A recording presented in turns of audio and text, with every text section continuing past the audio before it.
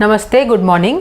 मेरा नाम डॉक्टर अमिति अग्रवाल है। मैं गायनेकोलॉजिस्ट और आईवीएफ कंसल्टेंट हूँ और मेरा आईवीएफ सेंटर मुंबई में है, sunshine fertility and IVF centre.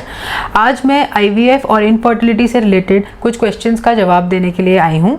और एक बहुत कॉमन सवाल ये पूछा गया है कि पीरियड आने के बाद कौन से दिन में गर्भधारण होता है, तो किस टाइम पे रिलेशन रखें, तो किस टाइम पे प्रेगनेंसी का चांस ज़्यादा होता है, तो उसके बारे में थोड़ा बताना चाहूँगी। सबसे पहली बात तो ये होती है, एक बात ये समझने की है कि एक महिला के शरीर में दो इम्पॉर्टेंट ऑर्गन्स रहते हैं। सबसे इम्पॉर्टेंट रहता है बच्चेदानी, जिसको यूट्रस बोलते हैं।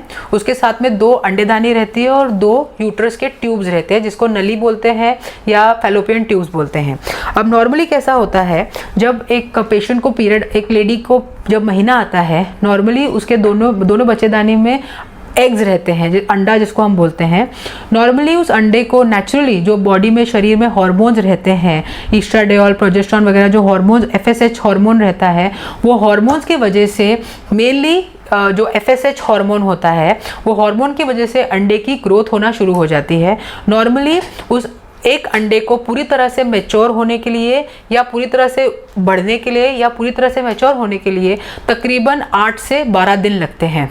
ओके, तो जब पीरियड आ जाता है तो पीरियड के दूसरे दिन से वो जो अंडे की ग्रोथ है वो धीरे धीरे बढ़ना शुरू हो जाती है, और वो जो अंडे की ग्रोथ होती है वो मैक्सिमम 7वें-8वें दिन से शुरू हो जाती है।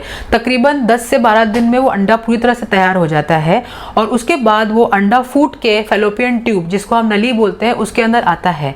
ये अंडा एक बार जो अंडेदानी होती है वहाँ से फूट करके जब फैलोपियन ट्यूब के अंदर आ जाता है, तो फैलोपियन ट्यूब में वो तकरीबन 24 घंटे तक जिंदा रहता है।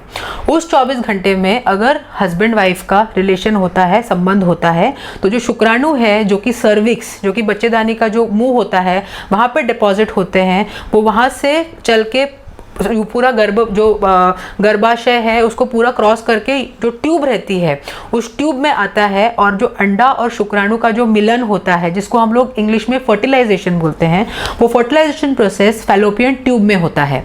एक बार फर्टिलाइजेशन हो गया तो तकरीबन 2 से 3 दिन के बाद वो जो तैयार भ्रूण है वो आके यूट्रस के अंदर या गर्भ पिशवी के अंदर आकर बैठ जाता है, और उस प्रोसेस को हम लोग इम्प्लांटेशन बोलते हैं। तो इस पूरी प्रक्रिया को तकरीबन आप समझ लीजिए 12 दिन से लेकर 18वें दिन तक ये कंप्लीट हो जाता है।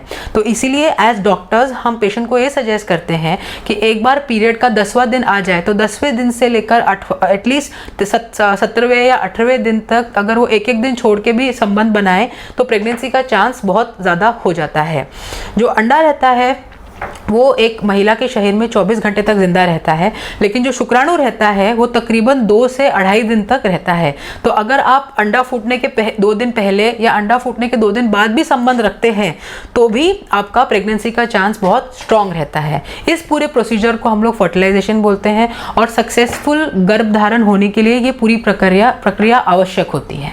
सो आप समझ लीजिए तकरीबन पीरियड के 10वें दिन से 16वें-17वें दिन तक आप अगर रिलेशन रखेंगे तो आपको प्रेगनेंसी का चांस बहुत अच्छा हो जाता है। अगर आपको हमारे वीडियोस पसंद आए तो हमारे चैनल को सब्सक्राइब करिए। हमारा नंबर वहाँ पे लिखा हुआ है। यदि किसी वजह से हम आपका फ़ोन नहीं उठा पाते, अगर मैं ओटी में हूँ या पेशेंट्स के साथ हूँ, अगर आपका कॉल नहीं लग पाता है तो नीचे आप कमेंट बॉक्स में अपना मैसेज लिख दीजिए। जब भी मुझे समय मिलेगा मैं डेफिनेटली उस पर रिप्लाई करूँगी, और जितना हो सके मैं आपको हेल्प करने की कोशिश करूँगी। Thank you very much.